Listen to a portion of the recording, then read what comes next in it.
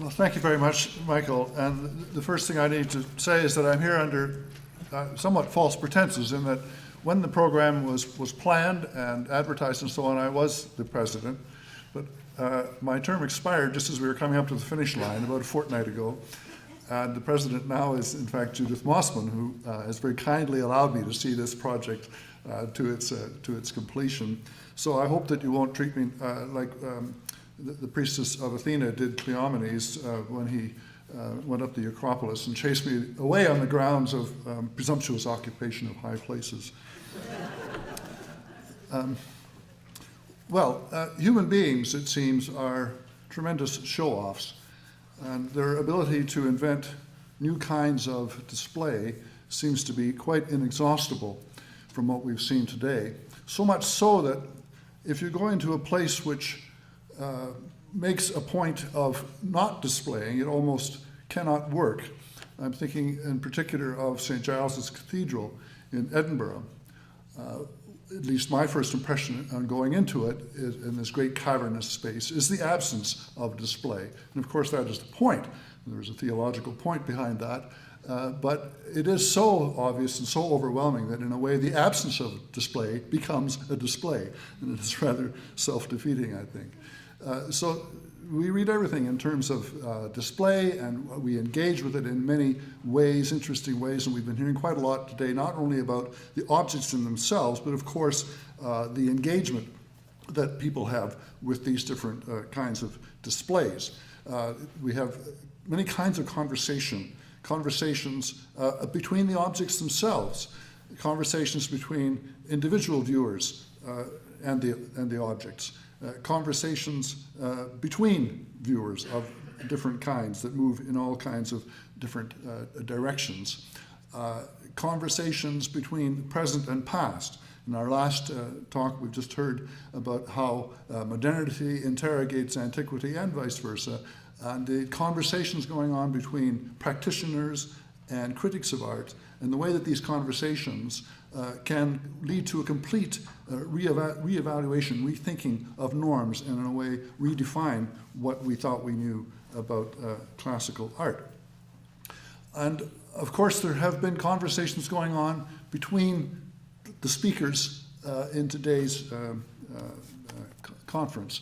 And there are many themes which have come up in different ways in the talks. And I've just made a list of some of them, by no means exhaustive. And here's some of the things that struck me as the day proceeded. There's a question of how individuals engage with works of art, whether we are encouraged to get up close and personal with them, or whether we are discouraged from doing so, whether we can have a hands-on relationship. I remember the old Pitt Rivers Museum in Oxford from 40 years ago, I think was when I first went there, and it was a marvelous experience. You could open drawers and rummage around and things. I haven't been there recently. I rather doubt it's still like that. Elements of chance and surprise and serendipity as you move through a collection. Collections that can be orderly or disorderly. I'll remember for a long time Adolf Michaelis' reaction to the Sohn Museum. But one person's disgraceful jumble may be another person's cave of wonders, like the old Pitt Rivers Museum, or indeed the present-day Sohn Museum. There are hierarchies within displays, ways in which we're encouraged to order in terms of value and worth the kinds of things we're engaging with, whether the sacred object in its isolation surrounded by dedications set off at a distance, dedications of many kinds which themselves are hierarchically organized in terms of luxury and wealth and statements about the status of the donors. We've heard about inscriptions on plinths and dialogues and conversations that go on between textual matters and the object of art. A literary critic would think in terms of the text and the paratext and the kinds of dialectics that are set up there. We've heard about different ideas about dedications, why and how they are made. We've heard about patrons. We've heard about different kinds of collections. We've heard about displays in public spaces and in private spaces. We've heard a lot about museums. We've heard a lot about private houses. We've heard about private houses that act like museums. We've heard about how museums attempt to display what was the case, but also have a living force in the modern environment. We have learned about displays in a living space, such as a temple, where the object is doing work for its worshippers. What kind of space in that spectrum would a private house acting as a museum occupy? We've seen luxury items.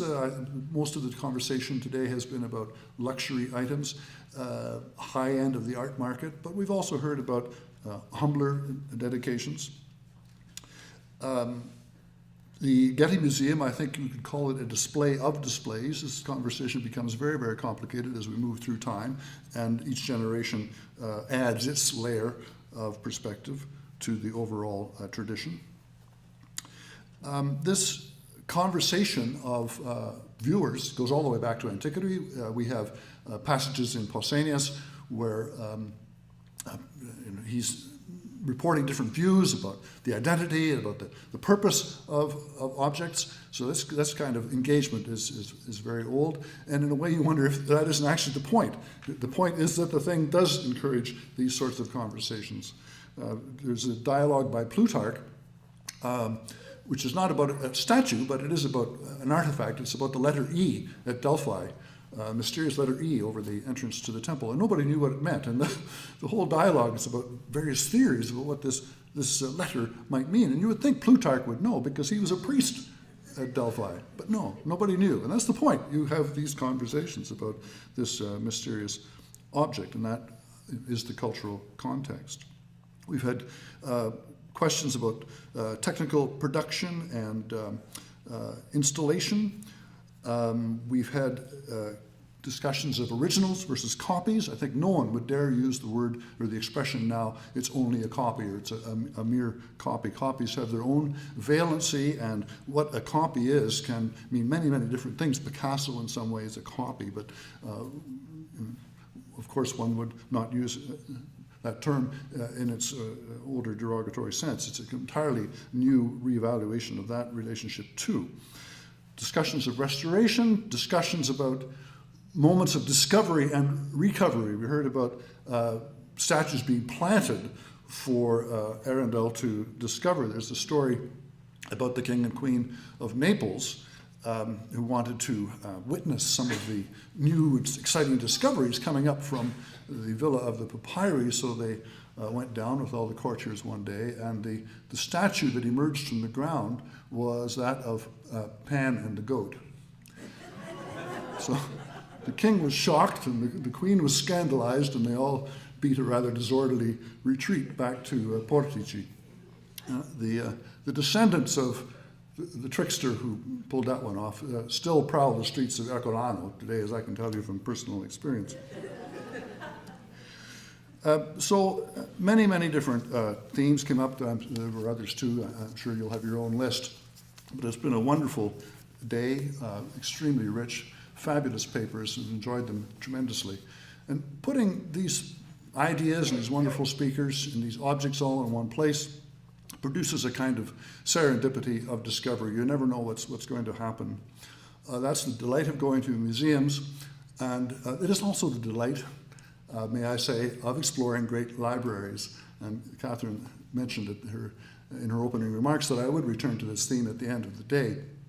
Upstairs is one of the world's great libraries for research into these areas. It's no exaggeration to say that without that library, the University of London could not claim to be a world center of classical studies.